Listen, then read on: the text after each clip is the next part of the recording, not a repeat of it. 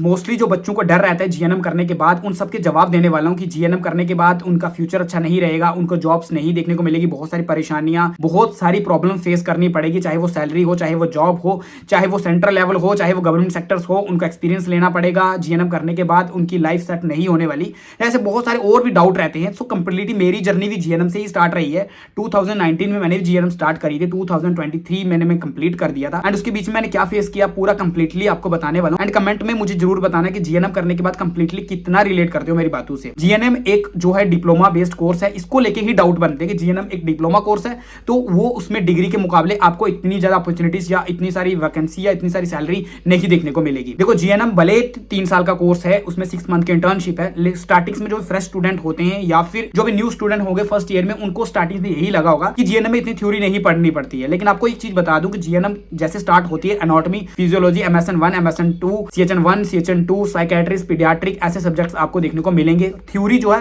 3 साल कंप्लीटली आपको पढ़ना पड़ेगा कॉलेज में, एंड उसके बीच में आपकी रोस्टर ड्यूटीज भी लगेंगी। उसके बाद 6 मंथ की इंटर्नशिप भी करनी पड़ेगी। कंप्लीटली अगर आप जीएनएम कर रहे हो, एक डिप्लोमा बेस्ड कोर्स कर रहे हो, डिग्री के मुकाबले सेम आपको पढ़ना पड़ता है। जब भी आपकी वैकेंसी निकल के आएगी, जितना आपने डिग्री में पढ़ना है बीएससी नर्सिंग में, उतना ही आपको जीएनएम वालों को भी पढ़ना पड़ता है। जीएनएम करने के बाद प्रॉब्लम्स यही फेस होती है कि बच्चे जो है पढ़ाई को इतना सीरियस नहीं लेते, वो ज्यादातर टाइम जो है इन्वेस्ट करते हैं अपने ही फनी टाइम में या मस्ती टाइम में निकाल देते हैं। एक सवाल जो सबसे ज्यादा स्टूडेंट्स को रहता है कि जब तक हमारी गवर्नमेंट जॉब नहीं लगती तो प्राइवेट में सैलरी कम देखने को मिलती है, एंड कुछ प्राइवेट हॉस्पिटल जीएनएम वालों को लेते ही नहीं। तो एक्सपीरियंस के साथ ये बता सकता हूं कि मोस्टली जो आपकी थ्योरी अगर स्ट्रॉन्ग है, प्रैक्टिकल अगर आप अच्छा जानते हो, तो आपका जब इंटरव्यू होता है या उस प्राइवेट हॉस्पिटल्स में जब आपका एक एंट्रेंस एग्जाम भी होता है कुछ हॉस्पिटल्स में, वो अगर आप क्लियर कर देते तो आपको कोई नहीं रोक सकता। कंप्लीटली आपकी सैलरी उतनी ही होगी जितनी एक बीएससी नर्सिंग वाले स्टूडेंट्स की होगी। अगर आपके पास एक्सपीरियंस बढ़ता रहेगा तो आपकी सैलरी बढ़ती जाएगी। आपका डिप्लोमे को देख के आपके साथ कोई ऐसा नहीं किया जाएगा कि भाई आपका डिप्लोमा है तो हम आपको कम सैलरी देंगे या आपको हायर नहीं करेंगे। जीएनएम करने के बाद आपके प्राइवेट हॉस्पिटल्स में सैलरी कम होगी या जॉब नहीं देखने को मिलेगी। गवर्नमेंट सेक्टर्स में कहां जॉब देखने को मिलती है, तो सीएचसी सेंटर हो, पीएचसी सेंटर हो,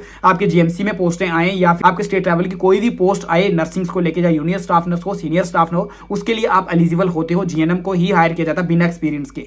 बस मोस्टली कुछ ऐसे सेंट्रल लेवल के एग्जाम्स होते हैं जैसे एम्स में नर्सिंग ऑफिसर्स, एंड उसके बाद रेलवे में, या फिर कुछ ऐसे एग्जाम्स होते हैं जहां पे 2 साल का एक्सपीरियंस मोस्टली मांग लिया जाता है। जीएनएम करते हो तो साथ में अगर आप 2 साल का एक्सपीरियंस कर लेते हो तो उसके लिए भी आप एलिजिबल हो जाते हो, आपके पास अच्छा खासा मौका देखने को मिल जाता है। एंड अगर आप ट्यूटर की जॉब करना चाहते हो, टीचिंग में जाना चाहते हो, तो मोस्टली आपकी पोस्ट बेसिक बीएससी होनी चाहिए, एंड उसके बाद हायर स्टडी करते जाओ तो एमएससी नर्सिंग, एंड उसके बाद पीएचडी तक जा सकती हो। थर्ड जो डर रहता है कि सैलरी बहुत कम देखने को मिलती है, तो मैं आपको एक चीज क्लियर कर दूं, चाहे आप कोई भी कोर्स कर लो, चाहे फार्मा का हो, पैरामेडिकल हो, स्टार्टिंग सैलरी आपकी प्राइवेट में कम ही देखने को मिलेगी। एक्सपीरियंस के साथ आपकी सैलरी बढ़ जाएगी। स्टेट लेवल में ऐसा ही होता है, एनएचएम डिपार्टमेंट में आपकी सैलरी कम होती है। कुछ ऐसे डेली बेजर कंट्रेक्चुअल बेस पे अपॉइंट किया जाता है आपको 1 साल के लिए, 2 साल की, वहां सैलरी भी कम देखने को मिलती है, टाइम भी कम देखने को मिलता है जॉब्स के लिए। और ये जो परेशानी है गवर्नमेंट सेक्टर्स की, हर एक स्टूडेंट को फेस करनी पड़ती है जब तक आपकी गवर्नमेंट सेक्टर्स में जॉब नहीं लगती, चाहे वो पैरामेडिकल का स्टूडेंट हो या फार्मा का स्टूडेंट हो। एंड अगर अभी आप जीएनएम करने का सोच रहे थे कि मुझे नहीं करनी चाहिए, तो आप इस वीडियोस में आपको मैंने थोड़ा बहुत क्लियर कर दिया। अगर कुछ और डाउट है तो मैं उसके बाद नेक्स्ट वीडियोस बनाऊंगा, एंड कंप्लीटली मैं पूरा आपकी हेल्प करने वाला हूं। मेरे इंस्टाग्राम चैनल पे जाके वहां पे मुझे आप मैसेज कर सकते हो, कमेंट सेक्शन में मुझे आके बता सकते हो, टेलीग्राम को ज्वाइन कर सकते हो, एंड उसके बाद कंप्लीटली जीएनएम के बाद आपको क्या क्या फेस करना पड़ रहा है, तो कहां जॉब देखने को मिल रही है, कहां निकल रही है वैकेंसी, सब मैं मोस्टली हर एक वीडियोस में बताता रहता हूं। तो ऐसे ही मुझे सब्सक्राइब कर लेना, एंड शेयर जरूर करना उस स्टूडेंट्स का जो बच्चा अभी जीएनएम फर्स्ट ईयर में हो, सेकंड ईयर में हो, या अभी जीएनएम करने का सोच रहा हो।